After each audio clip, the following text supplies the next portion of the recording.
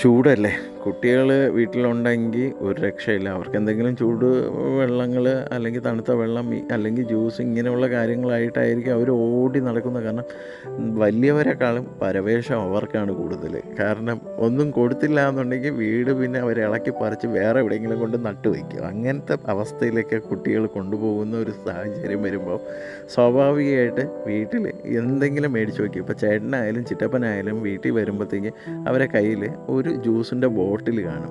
ഈ ജ്യൂസ് അത്രയും കുടിച്ചതിന് ശേഷം എൻ്റെ 4 ബോട്ടിലെടുത്ത് കളയുവാതെ മാറ്റി അമ്മ വച്ചേക്കും. കാരണം പ്ലാസ്റ്റിക് മാലിന്യത്തിലേക്കൊന്നും പോകണ്ട എന്നുള്ള തീരുമാനങ്ങൾ എല്ലാവരും എടുത്തത് നല്ല കാര്യം തന്നെ. പിന്നെ എൻ്റെ കയ്യിൽ കിട്ടിക്കഴിഞ്ഞാൽ ഞാൻ ഇതുപോലെയുള്ള വെറൈറ്റി ആയിട്ട് മാറ്റിയെടുക്കുക. അപ്പോൾ ചേച്ചി എന്നോട് പറഞ്ഞു, അപ്പോൾ നീ ഇതിൽ വെള്ളം എങ്ങനെ ഒഴിക്കും?